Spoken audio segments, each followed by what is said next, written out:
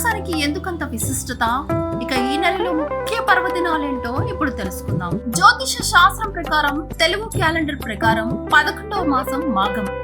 ఉత్తరాయణ పుణ్యకాలం ప్రారంభమైన తర్వాత వచ్చే మాసం కాబట్టి దీనికి అత్యంత విశిష్టత ఉంది.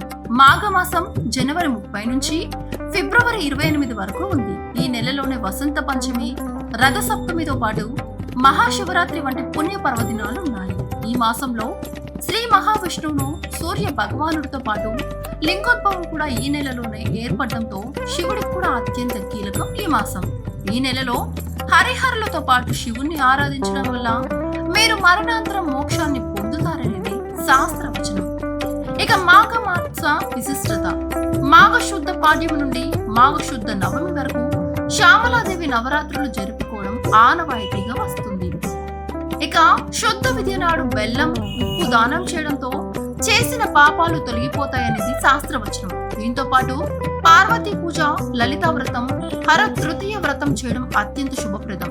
శుద్ధ చవితి రోజున ఉమా పూజ, వరద గౌరీ పూజ, గణేష పూజ చేయడం అత్యంత ఫలప్రదం. అలాగే ఈ నెలలో దొరికిన పువ్వులతో శివ పూజ చేయడం ప్రత్యేక ప్రాధాన్యత సంతరించుకుంది. ఈ చవితి నాడు చేసే తిలదానానికి గొప్ప పుణ్యఫలం. ఇక మాఘశుద్ధ పంచమిని శ్రీ పంచమి అంటారు. ఈ రోజున సరస్వతీదేవి పూజ చేయడం విశేష ఫలప్రదం. దీన్నే కొన్ని ప్రాంతాల వసంత పంచమి, రతి కామదహనోత్సవం అనే పేరున పెద్ద ఎత్తున సనాతనవాదులు జరుపుకుంటారు.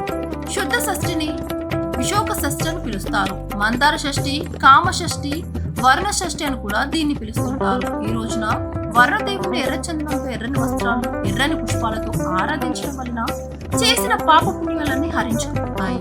శుద్ధ సప్తమిని రథ సప్తమిగా జరుపుకుంటారు. ఈ రోజున సూర్య జయంతిని జరుపుతారు. రథ సప్తమి వ్రతం ఎంతో విశేషమైనది. ఈ రోజు నుంచే అఫీషియల్ గా వేసవి కాలం ప్రారంభమని చెప్పాలి.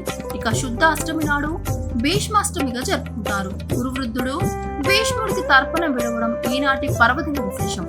శుద్ధ నవమి నాడు నందినీదేవి పూజ చేస్తారు. దీన్నే మధ్వ నవమి అని కూడా అంటారు. శుద్ధ ఏకాదశికి జయ ఏకాదశి అనే పేరు. దీన్నే భీష్మ ఏకాదశి వ్రతంగా జరుపుకుంటారు. కురవృద్ధుడు భీష్మాచార్యుడు మరణించిన సందర్భంగా స్మరించుకుంటారు. ఈ తిథి నాడే అంతర్వేదిలో శ్రీ లక్ష్మీ నరసింహస్వామి కళ్యాణం జరపడం ఆనవాయితీగా వస్తుంది. శుద్ధ ద్వాదశి నాడు వరాహ ద్వాదశి వ్రతంగా జరుపుకుంటారు.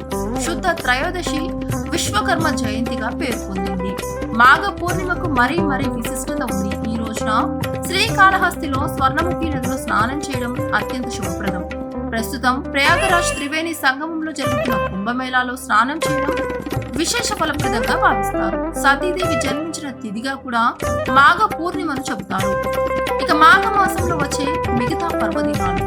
కృష్ణ పాడ్యమి నాడు సౌభాగ్య ప్రాప్తి వ్రతంగా జరుపుకుంటారు. కృష్ణ సప్తమి నాడు సర్వాప్తి సప్తమి వ్రతం చేసుకుంటారు. సూర్య వ్రతాలు కూడా జరుగుతాయి. కృష్ణ అష్టమి నాడు మంగళ వ్రతం ఆనవాయితీ వస్తుంది. మాఘ కృష్ణ ఏకాదశిని విజయ ఏకాదశి అని పేరు.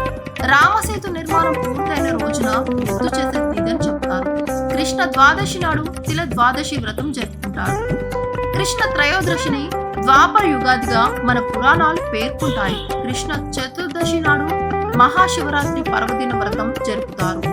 ఈ రోజు దేవుడందు ఉపవాసం చేయడం విశేష ఫలప్రదంగా భావిస్తారు. ఇక మాఘమాసంలో చివరిదైన కృష్ణ అమావాస్య నాడు పితృశ్రార్థం చేయడం అత్యంత ఫలప్రదమని శాస్త్రవచనం. ఇలా మాఘమాసంలో ఎన్నెన్నో వ్రతాలు, పర్వదినాలు వివిధ దేవతలను ఉద్దేశించి జరుపుకోవడం కనిపిస్తుంది. అందుకే ఈ మాసానికి తొలి నుండి అంత విశిష్టత ఉంటుంది. ఈ వీడియోపై మీ అభిప్రాయం ఏంటో కింద కామెంట్ రూపంలో తెలియజేయండి. ఈ వీడియో కనుక మీకు నచ్చినట్లయితే లైక్ చేయండి, షేర్ చేయండి, మా ఛానల్ సబ్స్క్రైబ్ చేసుకోండి.